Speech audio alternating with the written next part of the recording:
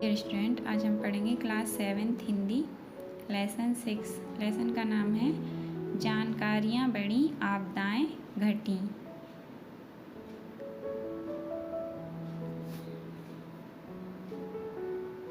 मतलब जानकारी बढ़ने के साथ साथ आपदाएं घट गई हैं। आपदाएं मतलब क्या होता है? पृथ्वी में होने वाली विध्वंसकारी घटनाएं जैसे भूकंप, बाढ़, भूस्खलन, ज्वालामुखी, ये सब प्राकृतिक आपदाएं हैं। तो इस लेसन में प्राकृतिक आपदाएं क्या होती हैं और उनका निदान कैसे किया जा सकता है, इसके बारे में चर्चा की गई है। तो आइए इस लेसन को हम रीड करते हैं और समझते हैं। तो इस लेसन में राकेश, उसकी माँ और उसके पिता। राकेश के पिताजी का नाम क्या है? सुरेंद्र। तो राकेश अपनी माँ से बोलता है, माँ जल्दी नाश्ता बना दो, 8 बज गए हैं। उसकी माँ राकेश के पिता की ओर देखती है। पिता कौन है? सुरेंद्र। सुरेंद्र बोलते हैं, राकेश बेटा कहाँ जाने की तैयारी हो रही है? तो राकेश उत्तर देता है, आज मैं अपने मित्रगणों के साथ नदी किनारे पिकनिक मनाने जा रहा हूँ। राकेश कहाँ जा रहा है? नदी के किनारे पिकनिक मनाने। तो उसके पिताजी सुरेंद्र बोलते हैं, आज पिकनिक पर जाना मुझे उचित नहीं लगता।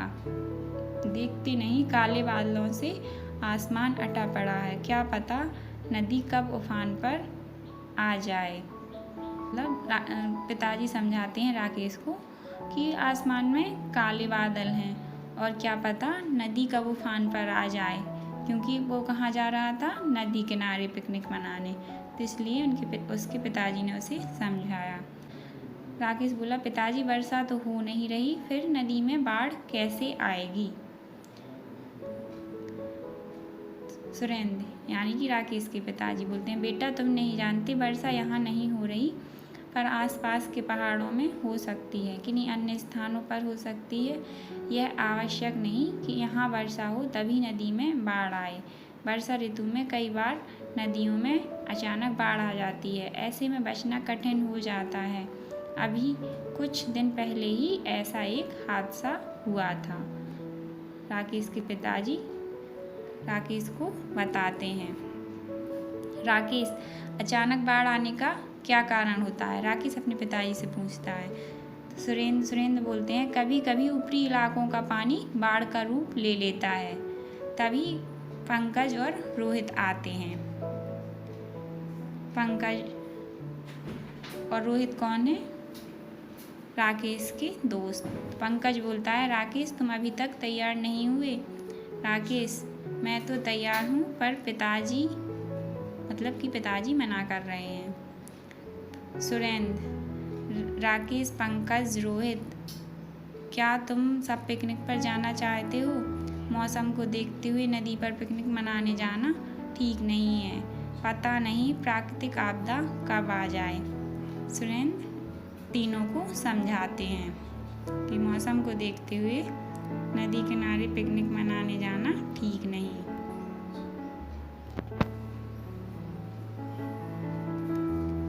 तो रोहित पूछता है, यह प्राकृतिक आपदा क्या होती है? सुरेंद्र यानी कि राकेश के पिताजी बोलते हैं, मैं समझाता हूँ, आओ यहाँ बैठो। प्राकृतिक आपदा का अर्थ प्रकृति में अचानक होने वाली विध्वंसकारी घटना से है, जिससे जन धन की व्यापक हानि होती है तथा संकट की स्थिति उत्पन्न हो जाती है। रोहित पूछता है, ऐसी कौन कौन सी प्राकृतिक आपदाएं होती हैं? तो सुरेंद्र बताते हैं, बाढ़, सूखा, ज्वालामुखी, भूकंप, चक्रवात, मृदा अपरदन आदि कई प्राकृतिक आपदाएं हैं। तो सुरेंद्र रोहित को प्राकृतिक आपदाओं के बारे में बताते हैं। राकेश अपने पिताजी से पूछता है, पिताजी बाढ़ तो भारत के पूर्वी क्षेत्र में ही अधिक आती है, यह बाढ़ कैसे आती है? सुरेंद्र, बाढ़ का संबंध वर्षा से है। किसी प्रदेश में वर्षा अधिक मात्रा में होती है तो नदियाँ उफनने लगती हैं। बाढ़ का मुख्य कारण प्रकृति ही है, लेकिन साथ ही मनुष्य के क्रियाकलाप भी जिम्मेदार हैं। सुरेंद्र राकेश को बताते हैं कि बाढ़ का संबंध किससे है? वर्षा से है। किसी प्रदेश में अधिक वर्षा होती है तो नदियाँ उफनने लगती हैं। आप मतलब हम लोगों ने भी सुना है, आसपास कहीं ज़्यादा वर्षा होती है तो सुनते हैं कि वहाँ बाढ़ आ गई। ऐसा कब होता है? जब नदियों में पानी उफान पर होता है। तो बाढ़ का मुख्य कारण क्या है? प्रकृति ही है, लेकिन मनुष्य के क्रियाकलाप, मतलब मनुष्य भी ऐसे प्रकृति के साथ छेड़छाड़ कर रहा है जिसके कारण प्रकृति में असंतुलन पैदा हो गया है। पंकज, प्रकृति और मनुष्य जिम्मेदार कैसे हुए? पंकज पूछता है। सुरेंद्र, अरे भाई, वनों की कटाई, बादल का फटना, भारी वर्षा होना, भूकंप आना, नदियों की वहन क्षमता कम होना, पानी के प्रवाह में अवरोध होना। मतलब मनुष्य क्या कर रहे हैं? वनों को काट रहे हैं, तो इसकी वजह से भी प्राकृतिक आपदाएं आती हैं। और जैसे कि बादल का फटना, भारी वर्षा होना, ज़्यादा वर्षा के कारण भी भूकंप आना, नदियों की वहन क्षमता कम होना, पानी के प्रवाह में अवरोध होना, ये सब आदि सभी कारण प्रकृति और मनुष्य से ही जुड़े हैं। सुरेंद्र समझाते हैं। रोहित, पर पिताजी, बाढ़ से होने वाले नुकसान को रोकने के लिए कुछ उपाय भी तो किए जाते होंगे? रोहित पिताजी से पूछता है कि बाढ़ से होने वाले नुकसान को रोकने के लिए कुछ उपाय भी तो किए जा सकते हैं। तो सुरेंद्र, बाढ़ से होने वाले नुकसान को रोकने के लिए सब मिलकर प्रयास करते हैं। सरकार भी कई कार्य करती है, जैसे जल के बहाव में कमी करने के लिए वन लगवाना। सुरेंद्र बोलते हैं, बाढ़ से होने वाले नुकसान को रोकने के लिए सब मिलकर प्रयास करते हैं। सरकार भी कई कार्य करती है, जैसे जल के बहाव में कमी करने के लिए वन लगवाना, जल प्रवाह मार्ग में नहरी तंत्र का विकास करना, नदियों के किनारे पर तटबंधों तथा बांधों का निर्माण करवाना, बाढ़ की भविष्यवाणी, पूर्वानुमान करना आदि। ये सब क्या है? बाढ़ से होने वाले नुकसान को रोकने के लिए उपाय, जैसे कि सरकार भी कई कार्य कर रही है। तो सुरेंद्र रोहित को समझाते हैं कि बाढ़ से होने वाले नुकसान को रोकने के लिए सरकार भी कई कार्य करती है, जैसे जल के बहाव में कमी करने के लिए वन लगवाना, जल प्रवाह में नहरी तंत्र का विकास करना, नदियों के किनारे पर तटबंधों तथा बांधों का निर्माण करवाना, और बाढ़ की भविष्यवाणी मतलब पहले से बाढ़ के संकेतों के बारे में पता लगाना और उसकी भविष्यवाणी करना आदि। पंकज, अरे वाह, आज तो हमें नई नई जानकारियाँ मिल रही हैं। सुरेंद्र, प्रकृति की लीला ही अनोखी है, कभी सूखा पड़ता है तो कभी चक्रवात आ जाता है। पंकज बोलता है, अरे वाह, आज तो हमें नई नई जानकारियाँ मिल रही हैं। सुरेंद्र, प्रकृति की लीला ही अनोखी है, कभी सूखा पड़ता है तो कभी चक्रवात आ जाता है। इन आपदाओं से जन धन की बहुत हानि होती है। तो ये तो आपको भी पता होगा कि प्राकृतिक आपदाओं से जन धन की बहुत हानि होती है। रोहित, यह चक्रवात क्या होता है? इसके बारे में भी बताइए ना, रोहित पूछता है। सुरेंद्र बोलते हैं, चक्रवात वायुमंडलीय दबाव में आकस्मिक परिवर्तन के कारण होता है। इसका संबंध जलवायु से है। समुद्र में प्रलयंकारी तूफान उठता है। प्राकृतिक संतुलन को विकृत करने में इसकी महत्वपूर्ण भूमिका होती है। इसके प्रभाव में वनस्पति, जीव जंतु और मनुष्यों को भारी क्षति उठानी पड़ती है। ये आपदा हमारे देश में बंगाल की खाड़ी के तटीय क्षेत्रों में अधिक होती है, जैसे पश्चिमी बंगाल, उड़ीसा, आंध्र प्रदेश, तमिलनाडु आदि। तो सुरेंद्र यहाँ पे समझाते हैं कि चक्रवात क्या है? वायुमंडलीय दबाव में आकस्मिक परिवर्तन के कारण होता है। पृथ्वी पर जब दबाव बढ़ जाता है तब ऐसा होता है। समुद्र में प्रलयंकारी तूफान उठता है, मतलब समुद्र में तूफान उठता है और इसके प्रभाव से जीव जंतु और मनुष्यों को क्षति उठानी पड़ती है। और ऐसी आपदाएं कहाँ पे अधिक आती हैं? पश्चिमी बंगाल, उड़ीसा, आंध्र प्रदेश और तमिलनाडु, इन क्षेत्रों में अधिक आती हैं। रानी पूछती है, इस हानिकारक चक्रवात को रोकने के लिए क्या उपाय किए जाते हैं? सुरेंद्र, हाँ, उपाय जानना तो बहुत आवश्यक है। मौसम विभाग को इसकी जानकारी पहले से ही हो जाती है। वायरलेस रेडियो और टीवी से भी चेतावनी प्रसारित कर दी जाती है। चक्रवात से हुए नुकसान का जायजा लेकर पुनर्वास की व्यवस्था की जाती है। पुनर्वास मतलब जो भी चक्रवात से नुकसान होता है उस सबको ठीक किया जाता है, और पुनर्वास की व्यवस्था मतलब दोबारा से सब कुछ सही कर दिया जाता है। प्रिया, इन आपदाओं की जानकारी मात्र से ही भय लगता है। प्रिया क्या बोलती है कि इन आपदाओं के बारे में जानने से ही डर लगता है।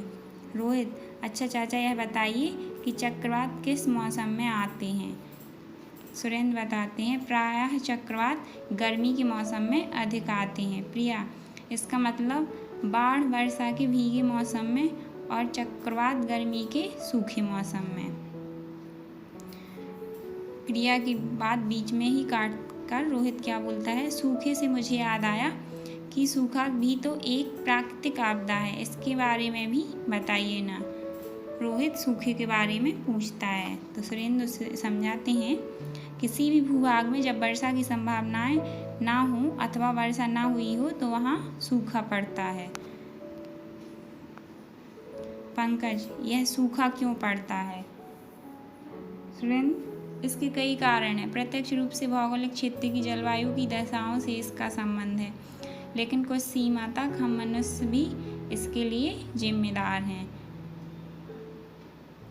मनुष्य ने तीव्र औद्योगिक विकास के चलते वनों को नष्ट कर मानसून की अनुकूल दशाओं को प्रभावित किया है, जैसे मानसून का देर से आना, जल्दी लौट जाना, कम वर्षा होना, मानसूनी वर्षा में लंबा अंतराल होना आदि। भूजल का अंधाधुंध प्रयोग भी सूखे के कारण हैं।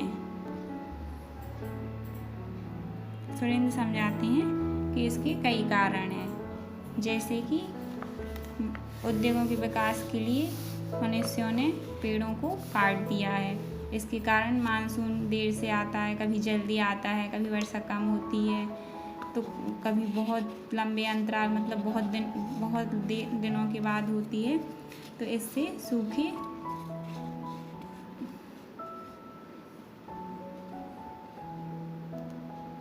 ऐसे ही सूखे के कई कारण हैं।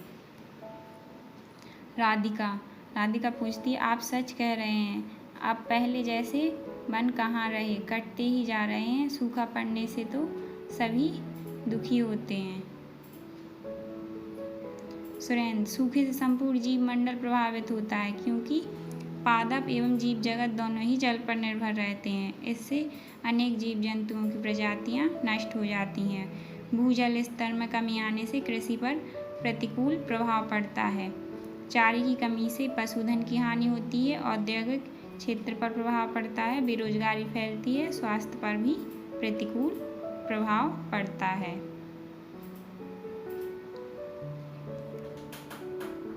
सुरेंद्र समझाते हैं कि सूखे से जीव मंडल प्रभावित होता है, इससे मनुष्यों को और जीव जंतुओं और पशुओं को सबको हानि होती है, बेरोजगारी बढ़ती है और स्वास्थ्य पर भी प्रभाव पड़ता है। राकेश, सूखे से निपटने के लिए सरकार क्या क्या कार्य करती है? राकेश पूछता है। सुरेंद्र, सूखे की समस्या से निपटने के लिए सरकार 2 प्रकार के कार्य करती है। 2 प्रकार के कार्य क्या क्या? पहला तो सूखे के कारणों का पता लगाना और दूसरा सूखाग्रस्त क्षेत्रों में राहत कार्य करवाना। सूखे से राहत पहुंचाने के लिए सूखाग्रस्त क्षेत्रों में दौरा कर कई कार्यक्रम आयोजित किए जाते हैं, जैसे रोजगार प्रदान करने के लिए सामुदायिक विकास कार्यक्रम, अकाल राहत कार्यक्रम, मरु विकास कार्यक्रम, जवाहर रोजगार योजना, स्वर्ण जयंती, ग्राम स्वरोजगार योजना, काम के बदले अनाज कार्यक्रम आदि। ये सब क्या हैं? सूखे से निपटने के लिए सरकार जो कार्य करती है उनका विवरण। रोहित, यह राहत कहाँ से मिलती है? रोहित पूछता है। सुरेंद्र, केंद्र एवं राज्य सरकारों द्वारा। यह सब राहत कहाँ से मिलती है? केंद्र एवं राज्य सरकारों के द्वारा। राकेश, यह राहत किस किस रूप में पहुँचाई जाती है? सुरेंद्र, खाद्यान्न व रोजगार के रूप में। खाद्यान्न मतलब भोजन की सामग्री, और जो बेरोजगार हैं उनको रोजगार प्रदान किया जाता है। पंकज, आज हमें बहुत सी नई जानकारियाँ मिली हैं। सच में लोग प्राकृतिक आपदाओं के कारण उनसे बचने के उपायों को जान लें तो आपदा प्रबंधन व्यवस्था का लाभ उठा सकते हैं। सुरेंद्र, बातों बातों में बहुत समय हो गया। हाँ, तुम लोग पिकनिक मनाने कहाँ जा रहे हो? सुरेंद्र पूछते हैं। पंकज, अब इतना जान लेने के बाद आज हम नदी किनारे न जाकर कहीं बाग बगीचे में जाकर पिकनिक का आनंद लेंगे। इतनी जानकारी के बाद पंकज क्या बोलता है, अब हम पिकनिक मनाने नदी किनारे ना जाकर कहाँ जाएंगे? कहीं बाग बगीचे में पिकनिक मनाने जाएंगे और वहाँ पे पिकनिक का आनंद लेंगे। राकेश, चलो चलें। राकेश बोलता है चलो चलें, और सभी मित्रों का प्रस्थान मतलब सभी मित्र मिलकर पिकनिक मनाने चले जाते हैं। तो ये आपका लेसन है, इसमें प्राकृतिक आपदाओं के बारे में और उनके निदान के बारे में जानकारी दी गई है। तो आपका होमवर्क है, आपको इस लेसन को रीड करना है और प्राकृतिक आपदाओं और उनके निदान के बारे में समझना है, और पाठ में आए वस्तुनिष्ठ प्रश्न हैं उनको आपको लेसन को रीड करके स्वयं पूरा करना है। ये आपका होमवर्क है। ओके।